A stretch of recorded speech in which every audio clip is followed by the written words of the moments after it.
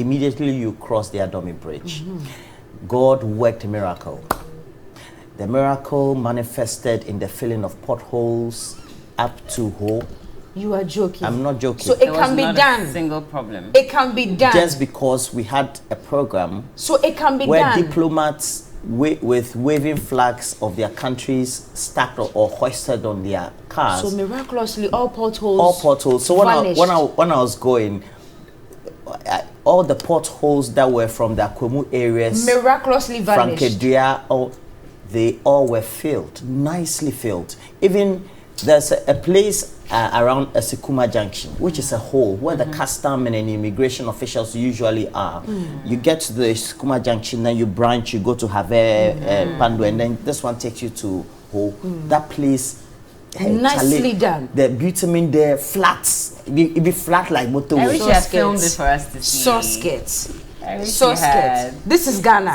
So we can do compare and contrast. So we can do. It is doable. So I kept asking myself, is it deliberate that we can do things and we don't do? And do we have to do actions or things? I don't know who they were pleasing. It could be possible they were pleasing the president. Maybe the oversight minister was pleasing the president, or were pleasing the visitors who will be coming in. Because to go to the Volta regional capital, sometimes it is stressful. It is. On the other side, for example, the Pando Road, where you have to go from Peki, etc., to Dome, where the road should have been constructed 7 years ago, hasn't been constructed because we stole the contract and had to re-award it, etc. Maybe if the independence celebration was done there, maybe that road would have been done. Exactly. And so it brought me into sharp focus to think that, look, what is the plan for Ghana?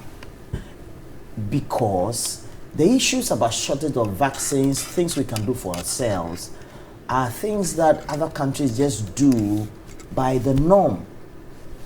Even for when I was doing my annual test this year, the kit for HIV kits to just do a test was also short in supply. Can you imagine? How did I know that it was short in supply? I was told that, oh, go and come in 3 days. I said, okay, let me give them a week. So I went back a week. After a week. And they still didn't have it. I don't want to name the hospital. They still didn't have it. HIV testing kits. And I'm sure it doesn't extend to only, there are maybe other viral disease testing kits that are also not available. So you keep asking yourself, is it that the skin, when the skin is dark, black, then the brain too is black? Because the black man is capable of managing his own affairs. No, that is the brain of Kwame Nkrumah. And we are a proud nation. The proud he borrowed it from Kwame Nkrumah, but because he's a black one, he can't implement what Kwame Nkrumah had. So what is wrong with us? Because you go to the Arabian countries and how they've turned their countries. You go to Singapore, Malaysia, and some of the things that they've done with just basic things that we joke with, like coconuts, the husk of coconuts, the palm fruits. After they do the deshelling or whatever, the husking or whatever term that we want, and the byproduct.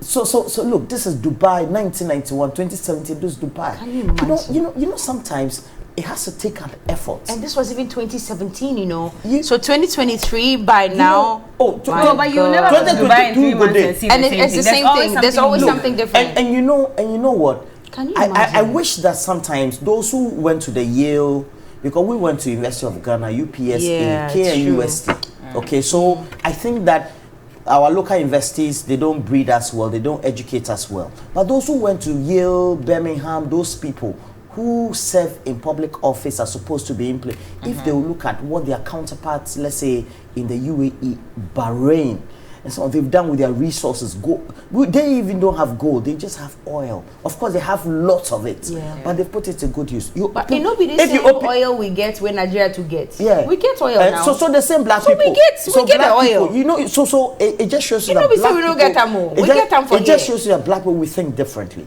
Because look, if you open Facebook right now, there are 2,000, 3,000 USD dollar packages for you to travel to Dubai. Yeah, it's so cheap.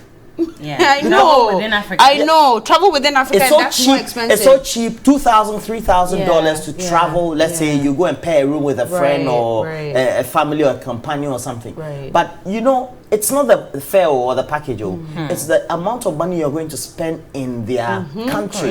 Everything. Because Dubai is not cheap. Exactly. It's expensive. Yes. South Africa was with us when they were Friday. Friday. You think that if the white, I always say if the whites had left South Africa, it's good that they left. They decided to gain their independence in 1994.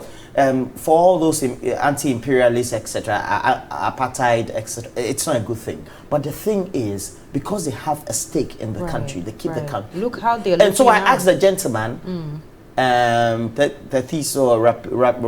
Okay, Tekiso.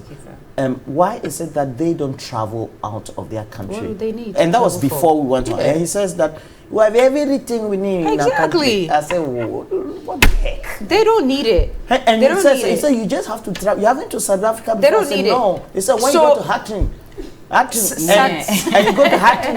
I said, where is Hatton? So Johannesburg. It's like Europe. Why should I travel out of? And I told you, you were saying the thing so casually. And that is the truth. So the Airbnb, I will say this over and over again. Airbnb, I mean apartments that you stay in, or you live in when you go when you travel outside. Stay. It shares a wall with the American embassy in Sandton. Look, when I look onto the compound, there's nobody there. There's no queue. There's nothing. Go to the American embassy this morning, even in this rain, and see the number of people who are outside standing in the queue. And that reminds me, though, why don't they provide like comfortable seating for us? We have allowed this. Yeah, I've always thought about it. Why don't they provide comfortable seating and we are all in queues all through and through until you get inside? I don't understand it. Why are we standing, queuing and asking for visas whilst we've paid for visa fees? It's something that I really don't understand. I really don't understand it. I don't think we'll get there.